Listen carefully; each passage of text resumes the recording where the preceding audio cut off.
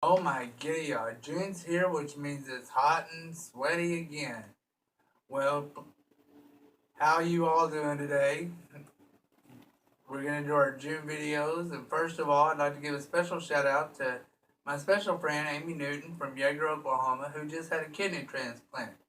May it always keep you strong. Well, all my little angels, let's get started. The two stories I'm going to read today is Sleeping Beauty and Cinderella. Well, let's get started. A long time ago, there lived a king and queen who wished more than anything to have a child of their own.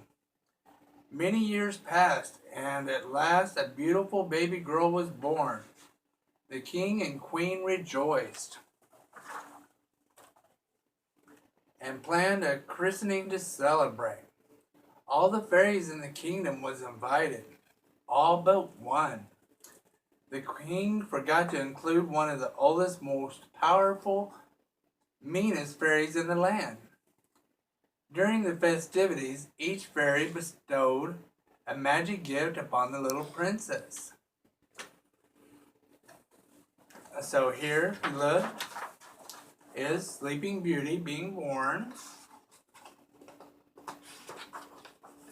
And here's the king and the queen and Sleeping Beauty with the little nursemaid.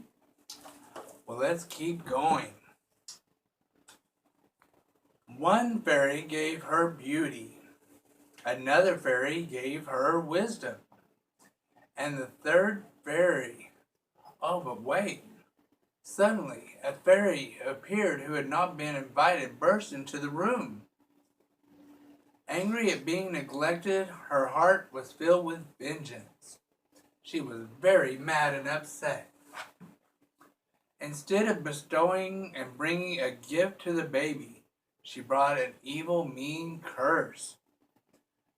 When the princess is 15 years old, she shall prick her finger on a spindle and die. She shouted bitterly. She turned and left the castle without uttering another word. There was still one fairy who had not yet presented her gift to the little princess.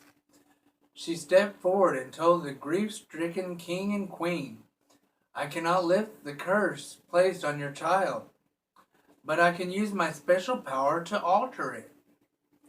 The princess shall not die.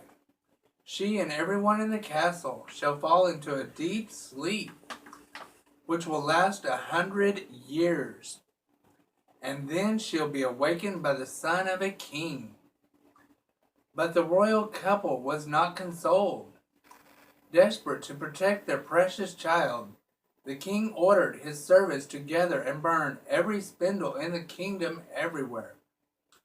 As the princess grew, the promises of the fairies' blessings came true. She was certainly lovely and wise, as well as kind and cheerful. It so happened that on her 15th birthday, the lovely princess was wandering through a great castle, exploring unfamiliar rooms. High in a tower she had never seen, she discovered a strange room. In that room there sat an old, wrinkled woman. The woman was busily spinning on a spindle. The princess, having never seen a spinning wheel before, was fascinated. "May I try?" she asked.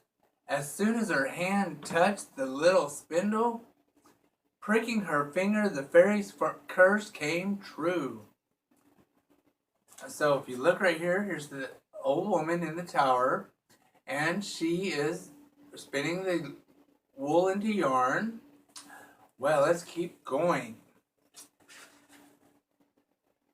Everyone in the castle fell right to sleep, just as the evil fairy had cursed her.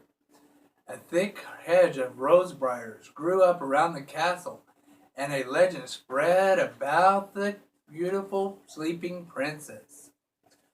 Although brave men tried, no one ever conquered the jungle of brambles and thorns and weeds. 100 years passed, and the king's sons traveling through the land, heard the story of the sleeping princess. So here's the princes, and they're trying to figure out how to get through them thorns to see Sleeping Beauty. Well, this one prince came from a far-off land. He sought through the wall of thorns, prepared to fight his way through.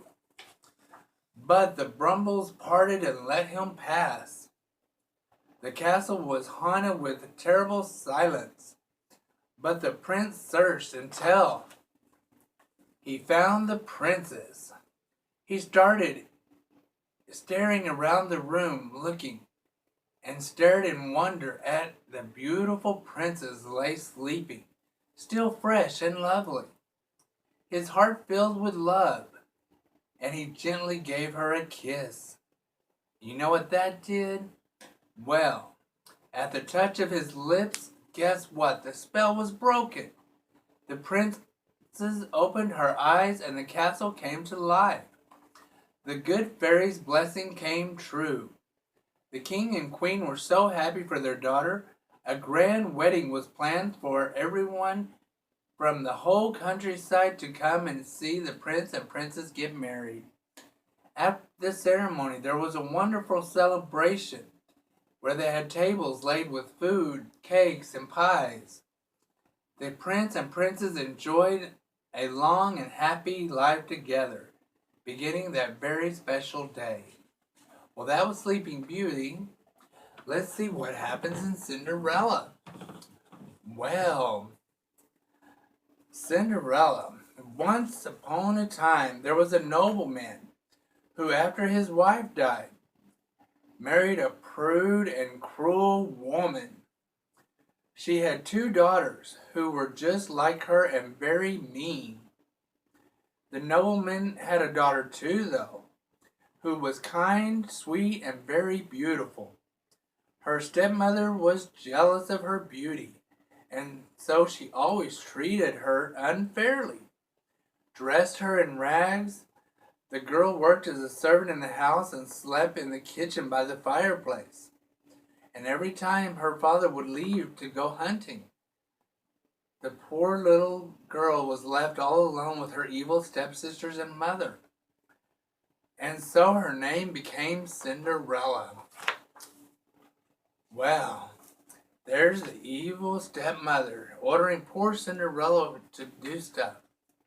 Well, one day the king's son gave a grand ball, and the 2 stepsisters were invited.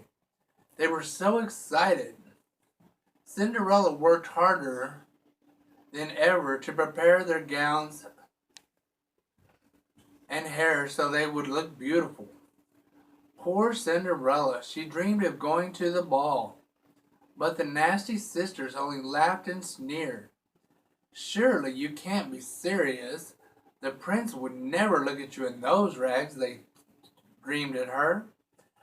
At last the day came, and Cinderella watched sadly as the 2 plain, mean stepsisters, dressed in all silks and satins, set out for the ball. Then she sat down beside the cold stove and cried. She wanted so much to be able to go to the ball.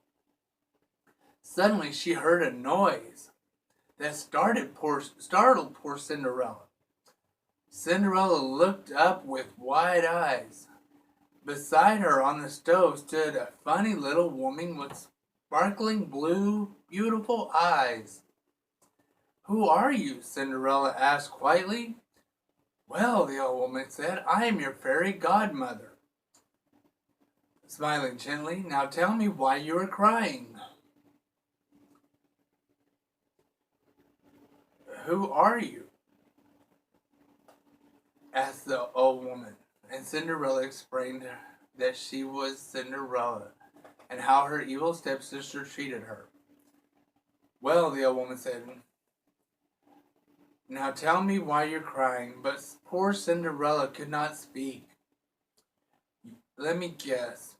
I've heard about a ball. You must want to go